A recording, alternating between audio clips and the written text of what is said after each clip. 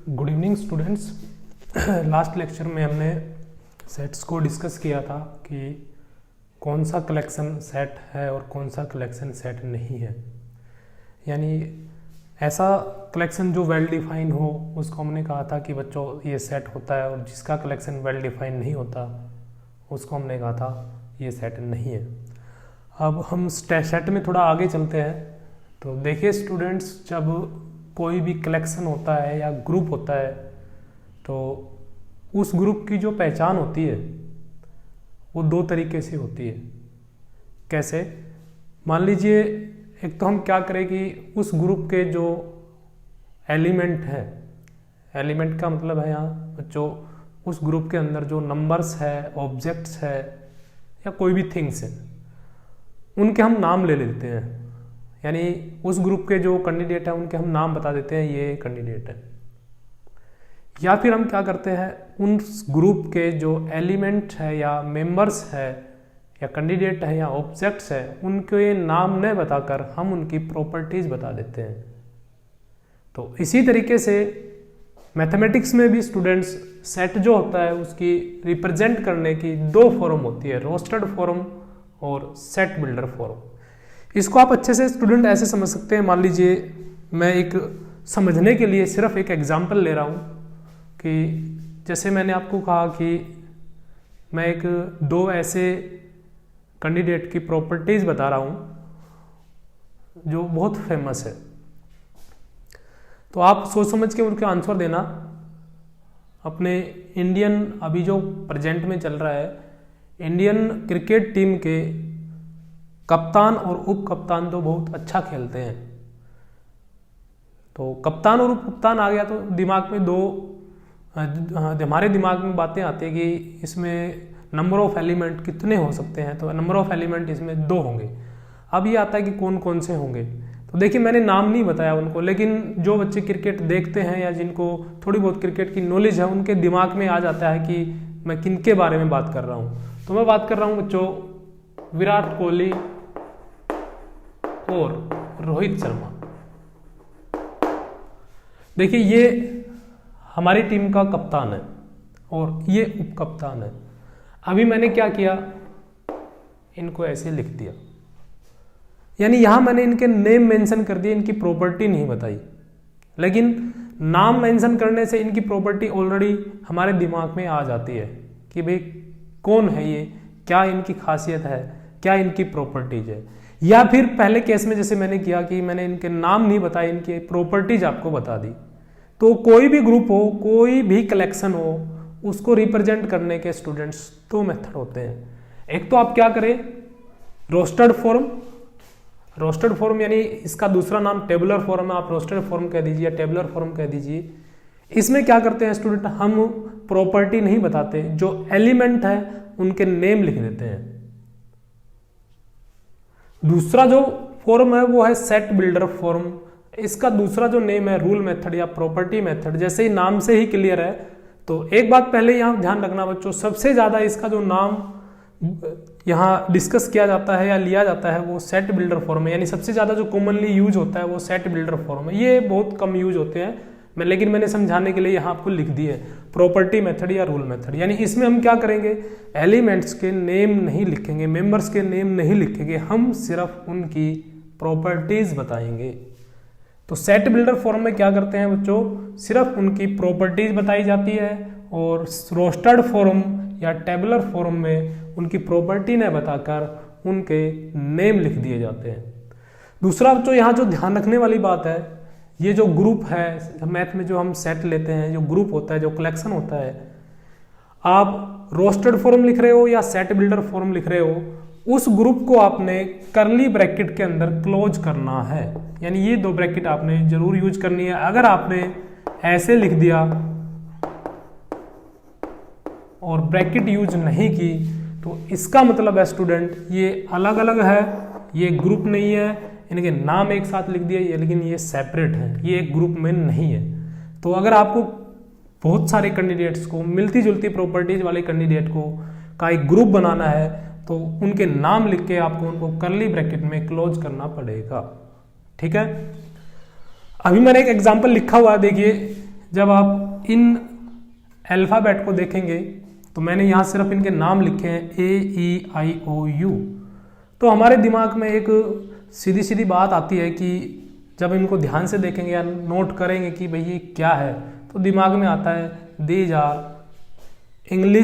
These are vowels in English alphabet, ये English alphabet के vowels हैं। तो इसमें सिर्फ इनके नाम लिखे हुए हैं बच्चों, तो इसलिए ये कौन सी फॉर्म है, रोस्टेड फॉर्म। और इसमें देखिए हमने क्या किया, ए ब्रैकेट हमने यूज किया यहाँ भी और यहाँ भी, एक्स इसको बोलेंगे सच दैट, जो हमने कोलन यहाँ यूज किया उसको हम क्या बोलेंगे, सच दैट। यानी क्या पढ़ेंगे इसको, x such that, x such that. अब प्रॉपर्टी बताएंगे, ये हमने सभी में जनरली यूज करना है क्योंकि ये एलिमेंट को ही रिप्रेजेंट करता है और सेट के सभी एलिमेंट को रिप्रेजेंट करता है, तो ये लिखा जाएगा। अब इसके हम प्रॉपर्टीज बताएंगे, यानी ये जो एलिमेंट लिखे गए हैं इसके अंदर उसकी प्रॉपर्टीज क्या है। X is a vowels in English alphabet. अब यहाँ पर हमें नाम बताने की जरूरत नहीं है क्योंकि दिमाग में सीधा आएगा AEIOU, और अगर हमने सीधे ये लिख दिए तो हमें प्रॉपर्टी बताने की जरूरत नहीं है। तो दोनों सेट जो है वो सेम है, ये और ये दोनों सेट इक्वल सेट है। ये कौन सी फॉर्म में लिखा हुआ है, रोस्टेड फॉर्म में, ये कौन सी फॉर्म में लिखा हुआ है, सेट बिल्डर फॉर्म में। अभी इसके एग्जाम्पल हम और काफ़ी डिस्कस करेंगे अभी, लेकिन उससे पहले एक बहुत इंपॉर्टेंट कंसेप्ट जो है, जो यहाँ बार बार हमारे सामने आता रहेगा, हम यूज करते रहेंगे, उसको हम डिस्कस कर लेते हैं। तो देखिए स्टूडेंट, इस सेट के अंदर अभी फिलहाल मैं इसको रोस्टेड फॉर्म में ले रहा हूँ, तो जो रोस्टेड फॉर्म में जो सेट लिखा हुआ है इसके अंदर सबसे पहले तो एक बात आप हमेशा ध्यान रखना, ऑर्डर जो है एलिमेंट का वो मैटर नहीं रखता। इसका मतलब क्या है बच्चों, जैसे मैंने यहाँ लिखा AEIOU, इस सेट को आप ऐसे भी लिख सकते हो। आप मान लीजिए E को पहले लिख दीजिए, A को बाद में, IOU। आप U को सबसे पहले भी लिख सकते हो, UOIA, आप ऐसे भी लिख सकते हो। इसका मतलब क्या है, इनका जो ऑर्डर है, इनका जो क्रम है, आपने I को पहले लिख दिया, O को बाद में लिख दिया, इट डजेंट मैटर, सेट वही है। यहाँ ध्यान जो देना है हमें, अब किस पे देना है कि मान लीजिए मेरे को ये लिखना है कि A जो है, A is a member of set ए। मान लीजिए किसी को मेरे को मेंशन करना है, भाई ए कोई सेट है, उस सेट का ए जो है वो एक मेंबर है, यानी या फिर ए की बजाय मान लीजिए आप कहते हो E is a member of set A, set ए का एक मेंबर है। तो इतना बड़ा स्टेटमेंट हम नहीं लिखते हैं, इसके लिए मैथ में कुछ शॉर्ट नोटेशन यूज किए गए हैं, कुछ टर्म्स डिफाइन की गई है। तो इसके स्थान पर आप क्या लिखेंगे, ये साइन यूज करेंगे। इससे पहले मैं आपको एक बात और बता देता हूं, फिर बाद में डिस्कस करते हैं।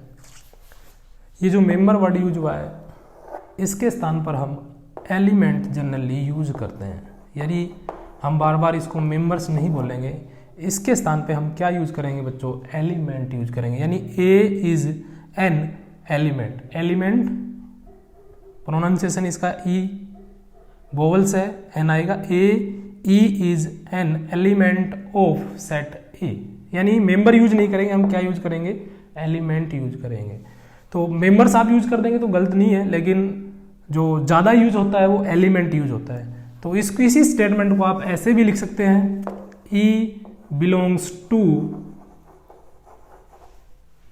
सेट ए। और अगर आप सेट नहीं लिखते हो तो भी आप सीधा इसका नाम लिख दो, ई बिलोंग्स टू ए। तो जो डिस्कस हम कर रहे थे वो ये कर रहे थे कि हम इतना बड़ा स्टेटमेंट लिखने की बजाय, ये लिखने की बजाय एक शॉर्ट जो टर्म है या नोटेशन है वो हम यूज करते हैं, एप्सिलॉन। इसको बोला जाता है बच्चों एप्सिलॉन। एक लेटर हम यूज करते हैं, ये टर्म नहीं बोलेंगे हम इसको, this is an letter, Greek letter है एक, उसको हम यूज करते हैं क्या बोलते हैं इसको, एप्सिलॉन।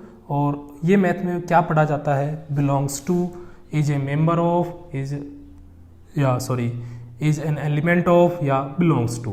तो आप इसको क्या लिखे, ई बिलोंग्स टू ए, आप ये शॉर्ट में यूज करें। अब मान लीजिए जैसे मेरे को ओ को लिखना है तो मैं सीधा ऐसे लिखूंगा, ओ बिलोंग्स टू ए, ऐसे नहीं, ओ बोला जाएगा बिलोंग्स टू, लेकिन लिखना ये नहीं है बिलोंग्स टू सेट ए, लिखना ये नहीं है, लिखना आपने क्या है, ए, ओ बिलोंग्स टू ए। ठीक है, टू जरूर आएगा, यहाँ छोड़ दिया था हमने, ओ बिलोंग्स टू ए। अब मान लीजिए यू को लिखना है, यू बिलोंग्स टू ए। अब मान लीजिए इसमें कोई एक ऐसा एलिमेंट ले लेते हैं, जैसे मैंने मान लीजिए यहाँ ले लिया इसमें P और यहाँ है A। अब P तो इसके अंदर नहीं है तो ये नोटेशन तो हम यूज नहीं कर सकते, क्योंकि इसका मतलब तो हो जाएगा P belongs to A, P is an element of A के अंदर P एलिमेंट नहीं है। तो आप ऐसे इसमें क्रॉस लगा दें, ऐसे एक लाइन लगा दें, इसका मतलब हो जाएगा does not belongs to, does not belongs to, यानी P एलिमेंट A से बिलोंग नहीं करता।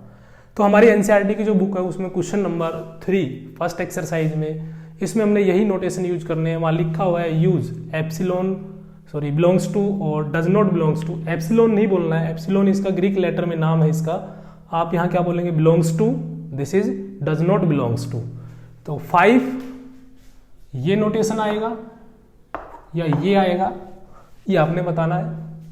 5 देखिए इसके अंदर है तो यहाँ आ जाएगा 5 बिलोंग्स टू ए, 0 नहीं है, 0 does not belongs to A, 8 नहीं है, 8 does not belongs to A, 4 है, 4 belongs to set A and 2 belongs to set ए।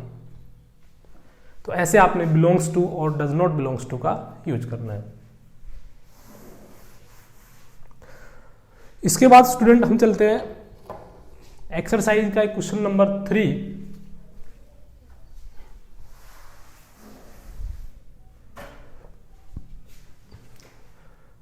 इसके कुछ पार्ट्स मैंने लिख दिए, कुछ मैंने ड्रॉप कर दिए, बाकी आप लोग कर लेना इनको। ए, बी और एफ पार्ट मैंने यहाँ उठाए हैं। ऐसे ही 4th क्वेश्चन से भी मैंने 1st, 4th और 5th पार्ट उठाए हैं, इससे आपको समझ में आ जाएगा। तो 3rd क्वेश्चन में देखिए, ये सारे ध्यान से देखना, इनको कौन सी फॉर्म में लिखे हुए हैं, प्रॉपर्टी बताई हुई है, एलिमेंट का नेम नहीं लिखा हुआ यहाँ पर। -3 और 7 के बीच में जो नंबर्स है या इंटीजर है उनके नाम नहीं लिखे हुए, यहाँ उनकी प्रॉपर्टीज बताई हुई है। तो ये यहाँ से लेकर यहाँ तक सभी सेट बिल्डर फॉर्म में, यानी प्रॉपर्टी मेथड से या रूल मेथड से या सेट बिल्डर फॉर्म में लिखे हुए हैं। हमने इनको चेंज करना है किसमें, रोस्टेड फॉर्म में, यानी हमने इनकी प्रॉपर्टी हटा के इसके नेम बताने हैं इनके। और जो 4th क्वेश्चन है उसमें हमने क्या करना है, ये सेट बिल्डर फॉर्म में लिखे हुए हैं, इनको हमने सेट बिल्डर फॉर्म में इनको बनाना है, ये रोस्टेड फॉर्म में लिखे हुए हैं, यानी इनकी प्रॉपर्टीज हमने बतानी है। प्रॉपर्टीज बजा के फिर सेट को डिफाइन करना है। देखिए 3rd का फर्स्ट जो क्वेश्चन है, x such that x is an integer and -x एक इंटीजर है और -3 और 7 के बीच में लाई कर रहा है, यानी greater than -3 and less than 7। -3 मैं नंबर लाइन पे रिप्रेजेंट कर देता हूं, -1 -2 -3 1 2 3 4 5 6 7। देखिए स्टूडेंट, यहां पर इक्वल का निशान नहीं है, इसका मतलब ये इंक्लूड नहीं है, ये इंक्लूड नहीं है, यानी ये दोनों वैल्यू आप आंसर में नहीं लिख सकते। अगर यहाँ इक्वल का निशान होता नीचे तो आपको ये भी लिखना होता, ये भी लिखना होता, या एक तरफ इक्वल का निशान होता है यहाँ पर, तो इसका मतलब ये इंक्लूड है, ये इंक्लूड नहीं है। इधर इक्वलिटी का साइन डाल देता है तो ये इंक्लूड है, ये वाला इंक्लूड नहीं है। अब कोई से के नीचे भी यहाँ इक्वल का निशान नहीं है, तो दोनों में से कोई सा भी इंक्लूड नहीं है, तो न ये इंक्लूड है और न ही ये इंक्लूड है। अब हमें क्या करना है स्टूडेंट, हमें इंटीजर लेने हैं -3 और 7 के बीच में। तो आप यहाँ से शुरू कर दें, -2 -1 0 1 2 3 4 5 6 और ये ब्रैकेट क्लोज। ये मैंने आपको बताया, जब भी सेट लिखेंगे ब्रैकेट जरूर यूज करेंगे। ये हमारा फर्स्ट आंसर हो गया। दूसरा देखिए, एक्स इज, ये भी प्रॉपर्टी मेथड है, सेट बिल्डर फॉर्म में, रोस्टेड फॉर्म में लिखेंगे। X is natural number. Natural number कहां से शुरू होती है स्टूडेंट? 1 से। लेस देन 6, 6 से क्या हो? स्मॉलर हो। सेट बी नेचुरल नंबर हो, 1 से शुरू होती है, 1 2 3 4 5, लेकिन स्मॉलर देन 6 यानी 6 से छोटी, तो 6 से छोटी लास्ट नेचुरल नंबर कौन सी होती है? 5। तो ये हमारी टेबुलर फॉर्म हो गई या रोस्टेड फॉर्म हो गई क्वेश्चन नंबर या 3 पार्ट बी। अब चलते हैं एफ पार्ट पे। The set of all letters in the word better. अब देखिए, इसमें भी प्रॉपर्टी बताई गई कि बेटर के अंदर जो भी लेटर है उनका सेट। तो यहां पर क्या क्या है? बी, कोमा, ई, टी, फिर एक बार और टी है, और फिर ई, और फिर आर। ये हमने सारे सेपरेट करके लिख दिए। लेकिन स्टूडेंट, हमने यहाँ एक बात ध्यान रखनी है। एक तो सेट के अंदर जो ऑर्डर है नंबर्स का या लेटर हो, ऑब्जेक्ट कुछ भी दे रखा हो, जो भी ग्रुप में एलिमेंट दे रखे हैं उनका ऑर्डर वैल्यू नहीं रखता, मैटर नहीं रखता। दूसरी जो बात हमें ध्यान रखनी है, सेट के अंदर एलिमेंट का रिपीटिशन जो है वो नॉट अलाउड होता है। यानी जैसे इसमें टी जो है वो 2 बार आया है, बेटर के अंदर टी 2 टाइम्स है, तो आप इसको 3 बार लिख दीजिए, 2 बार लिख दीजिए, 1 बार लिख दीजिए, 1 बार ही माना जाएगा। यानी रिपीटिशन इज नॉट अलाउड। अगर टी पहले यूज हो चुका है तो आगे कितनी बार भी रिपीट हो रहा हो आपने नहीं लिखना है। तो एक्चुअल जो हमारा सेट बनेगा वो ये बनेगा, और इसमें एलिमेंट रहेंगे 1 2 3 4 5, टोटल नंबर ऑफ एलिमेंट 5। और अगर इसमें भी पूछे जाए तो टोटल नंबर ऑफ लेटर इसमें 5 ही बोले जाएंगे। अगर ये सेट के रूप में पूछा गया तो 1 2 3 ये काउंट नहीं होगा। ये चीज यहाँ यूज हो रहा हो, अब चीज यहाँ यूज हो रहा हो, कहीं भी यूज हो रहा हो, जो लेटर एक बार आ लिया अब वो आगे कहीं भी आए तो वो काउंट नहीं होगा। 1 2 3 4 5, ये हो गया हमारा क्वेश्चन नंबर 3, और इसके 3 पार्ट मैंने यहां डिस्कस कर लिया है। अब हम चलते हैं स्टूडेंट क्वेश्चन नंबर 4 पे।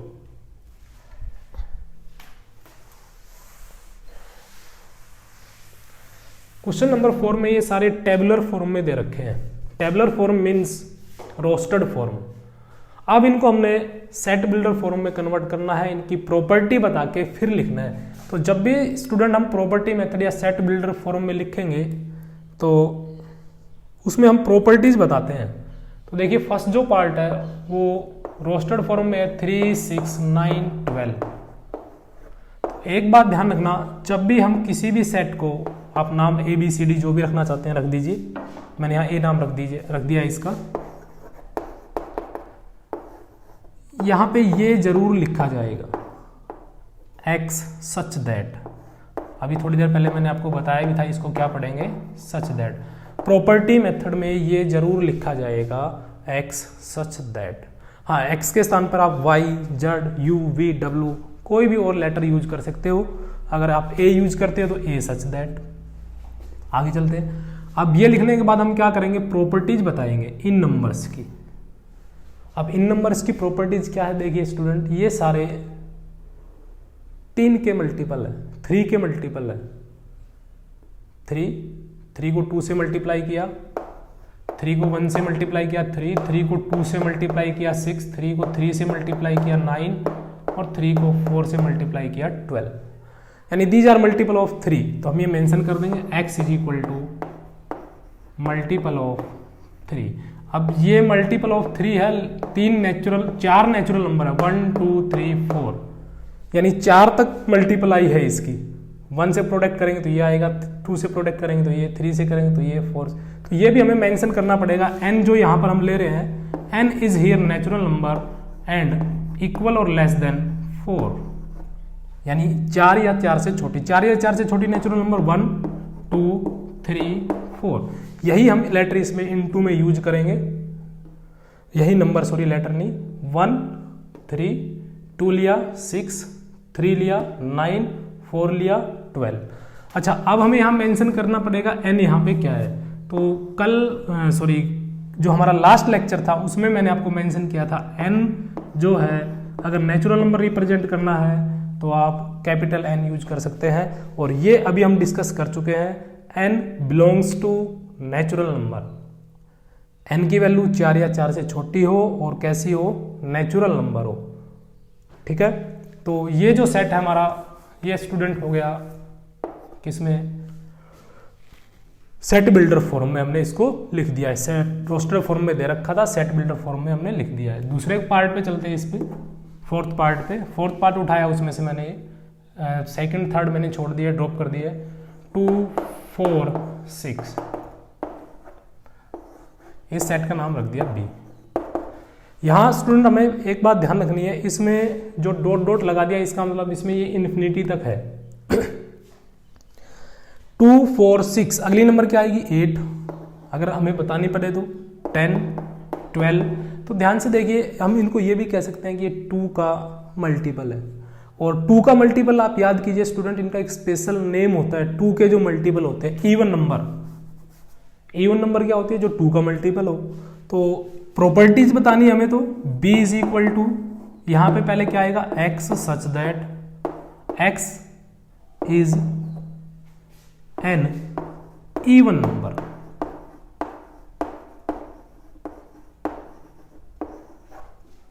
और एक और बात यहां लिखेंगे, इवन नेचुरल नंबर, क्योंकि नेगेटिव में इवन नंबर्स भी होती है, ये सारी पॉजिटिव है तो नेचुरल लगा देंगे, क्योंकि natural number is also positive.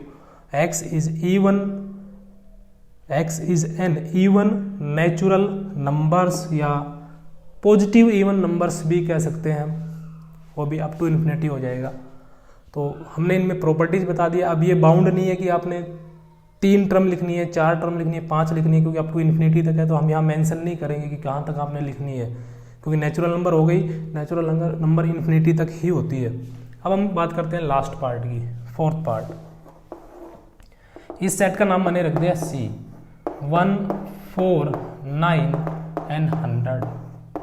अब देखिए स्टूडेंट, इनको हम अगर ध्यान से देखें तो this can be written as 1 का स्क्वायर, 4 शाबाश 2 का square, 3 can be written as 4 2 का square and 9 is 3 square, and ऐसे ही 100 को हम क्या लिख सकते हैं, 10 का स्क्वायर, स्क्वायर ऑफ 10। 1 का स्क्वायर, 2 का स्क्वायर, 3 का स्क्वायर, अगला क्या आ जाएगा 4 का स्क्वायर। यानी 1 से लेकर 10 तक की नंबर का स्क्वायर का जो ग्रुप है वो यहाँ डाला हुआ है। तो इसको हम क्या लिखेंगे, x such that x is equal to n square. अब n की वैल्यू यहाँ क्या है, n belongs to natural number, लेकिन ये बाउंड है, 10 तक ही आपने नेचुरल नंबर लेनी है, तो हम यहाँ लिख देंगे n इक्वल और लेस देन 10, यानी 10 या 10 से स्मॉल। अब 10 10 कह दीजिए, 10 कह दीजिए, 10 9 8 7 6 5 4 3 1 4 2 1, ऐसे आपने इनको लिख दिया। तो 1 का स्क्वायर, 2 का स्क्वायर आप ऐसे भी बोल सकते हैं। तो इस नंबर्स को हमने इस तरह से लिख दिया, इस ग्रुप को हमने इस तरीके से लिख दिया। तो ये जो ग्रुप हमारा आया है, इसमें हमने सिर्फ प्रॉपर्टी मेंशन की है, हमने नंबर्स नहीं बताए कौन कौन से हैं। इसमें क्या थे, नंबर्स बता रखे थे। तो ये टेबुलर फॉर्म थी, ये कौन सी है स्टूडेंट, सेट बिल्डर फॉर्म है। आपकी एनसीईआरटी की बुक में और भी बहुत सारे एग्जाम्पल दिए हुए हैं, तो आप उनको सोल्व करें।